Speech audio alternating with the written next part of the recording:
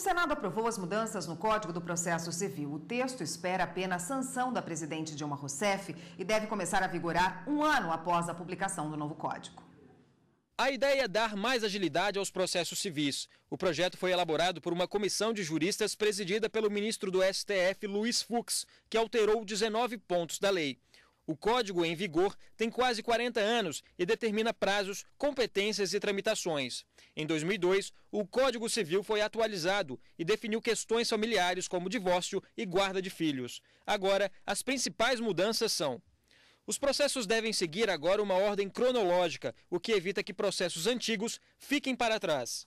O prazo para pagar dívida por pensão alimentícia passa de 3 para 10 dias. Se não pagar, o devedor poderá ser preso, inicialmente em regime semiaberto por até 3 meses. Se reincidir no débito, vai para o regime fechado. Nesses casos, a cela deve ser separada. Se não houver, fica estipulada a prisão domiciliar. Em casos de briga pela posse de terra, quando o local estiver ocupado por mais de 12 meses, deve ser feita uma audiência pública para ouvir todos os lados antes de decidir sobre a reintegração de posse. Em disputas na Justiça, a conciliação deve ser prioridade e deve ocorrer uma audiência no início de todas as ações cíveis. Uma mesma decisão deve ser aplicada a várias ações individuais com o mesmo tema, como, por exemplo, contra planos de saúde e empresas de telefonia. As ações de primeira instância serão paralisadas até que a segunda instância tome uma decisão. As ações individuais poderão se tornar ações coletivas, mas antes as partes deverão ser consultadas. Quando o juiz perceber que recursos estão sendo usados para atrasar o processo, ele pode multar as partes. A medida retira a possibilidade de agravo de instrumento para decisões intermediárias. É criada a tutela de evidência, que permite que a sentença judicial saia já na decisão liminar para garantir um direito urgente, ou se houver entendimentos firmados por cortes superiores. E para falar mais deste assunto, está aqui o advogado Emerson Mazzulo. Boa tarde. Boa tarde. Bom, a lei ainda precisa ser sancionada pela presidente Dilma Rousseff, mas quais as alterações que foram feitas, assim, com essas alterações que já foram feitas, o que isso representa para a Justiça? Bom, primeiro, celeridade, não é? Segundo o levantamento até do ministro Salomão, há tempos atrás, o número de processos nos últimos 28 anos, nos últimos 30 anos, cresceu geometricamente, e o número de magistrados não acompanhou uma progressão geométrica.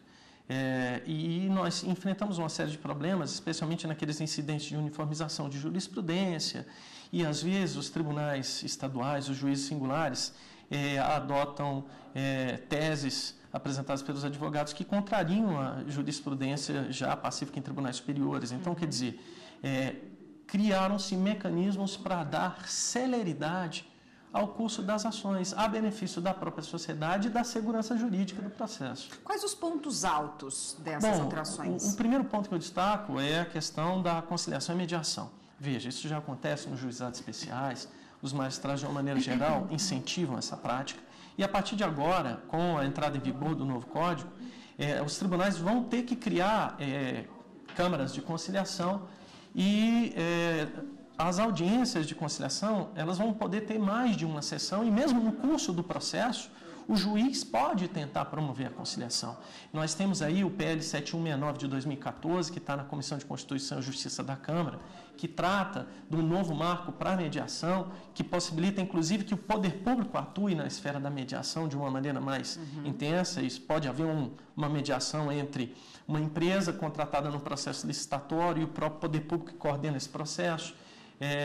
E aí a Escola Nacional de Magistratura, através de procedimentos regulados pelo CNJ, estabeleceria os critérios para mediação. Esse eu acho que é um dos principais marcos. O outro marco, que sempre foi uma reivindicação da OAB, é que os prazos processuais, lá do 184 do CPC, eles passem a ser contados em dias úteis e não em dias corridos, de modo a dar para o advogado mais tempo para trabalhar nas demandas, e isso melhora a qualidade das próprias demandas. A interrupção obrigatória dos processos no fim do ano, da contagem dos prazos, a unificação dos prazos recursais em 15 dias, salvo embargo de declaração, nas ações possessórias, como foi dito na matéria.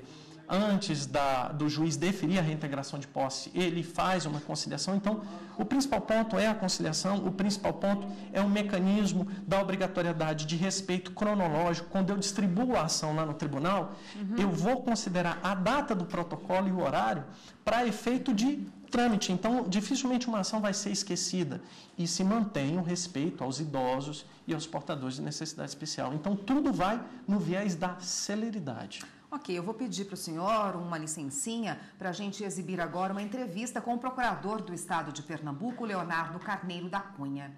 Por telefone, ele comentou sobre um dos pontos importantes a destacar no novo Código de Processo Civil. Esse é o primeiro Código de Processo Civil que foi proposto, discutido, votado e aprovado em ambiente democrático. O ambiente democrático foi muito importante para que se obtivesse consenso em torno das regras que estão aí no novo Código, fazendo incluir várias ideias, várias propostas de diversos setores. Bom, o outro código era muito antigo, né? E esse ambiente democrático, fora de um ambiente de ditadura ou de qualquer regime de exceção, como disse o procurador, auxilia na elaboração dessas novas regras? Auxiliou? Sim, com certeza. Se criou uma comissão pelo Senado em 2009, o ministro Luiz Fux coordenou os trabalhos. Em 2010, entregou-se, então, um anteprojeto. E de 2010 para cá, isso vem sendo trabalhado dentro do Congresso Nacional. 37 anos desde o Código de Processo Civil em vigor, numa condição de amplo diálogo, de amplo debate. Eu participei desses trabalhos junto com inúmeros outros juristas. Então, houveram audiências, houve um diálogo entre os tribunais superiores, enfim, entre a sociedade civil, a OAB, etc. Então, o espaço democrático contribui para que nós venhamos a ter hoje uma lei processual muito mais adequada à realidade que o operador do direito vive, seja o magistrado, seja o advogado, e isso tudo em benefício da própria sociedade. Agora vamos ouvir um dos juristas que participou da elaboração do anteprojeto do novo CPC no Senado, o doutor José Miguel Garcia Medina. Ele ressalta a atuação das partes nas decisões judiciais. Ele não apenas permite, como exige que as partes participem ativamente da produção da decisão judicial. É necessário que as partes participem ativamente disso, né? Um exemplo disso é a possibilidade de as partes e o magistrado realizarem negócios jurídicos processuais, acordos sobre procedimentos, modificação, portanto, consensual dos procedimentos e assim sucessivamente. Com isso, se espera que se reduza, em alguma medida, a litigiosidade contida dentro do próprio processo, porque não raro o processo demora muito tempo apenas pelo fato de se estar discutindo questões eminentemente processuais, como competência, como quem deve ser o perito, como quais as provas que devem ser produzidas, quais as questões devem ser objeto de prova e assim sucessivamente. E o que se pode dizer, então, dessa atuação das partes que ressalta? Bom, veja, o Código de Processo Civil hoje, ele vai possibilitar, a partir da entrada em vigor do novo texto, que, por exemplo, no curso do processo, o juiz possa, junto com as partes, alterar o trâmite do processo. Ou seja, em situações como até na possibilidade de conciliação, eu posso avançar para a instrução processual e eu posso, como magistrado, tentar a conciliação mesmo durante a instrução processual. E as partes e o magistrado vão poder, como é que eu posso dizer, atuar dentro da tramitação do processo e, de comum acordo, alterar os atos e procedimentos em benefício da celeridade do processo, em benefício da conciliação.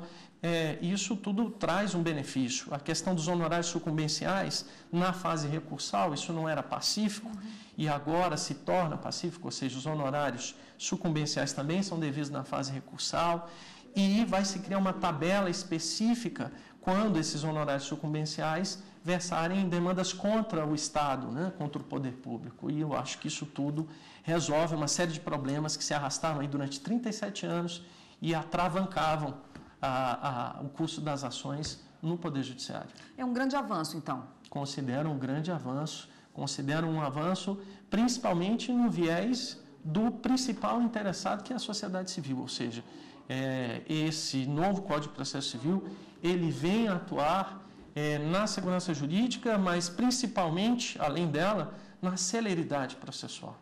Tá ótimo, muito obrigado pela sua participação. Eu conversei com o advogado Emerson Mazzulo, que conversou com a gente a respeito das novas mudanças das regras do Código do Processo Civil. Obrigada pela participação.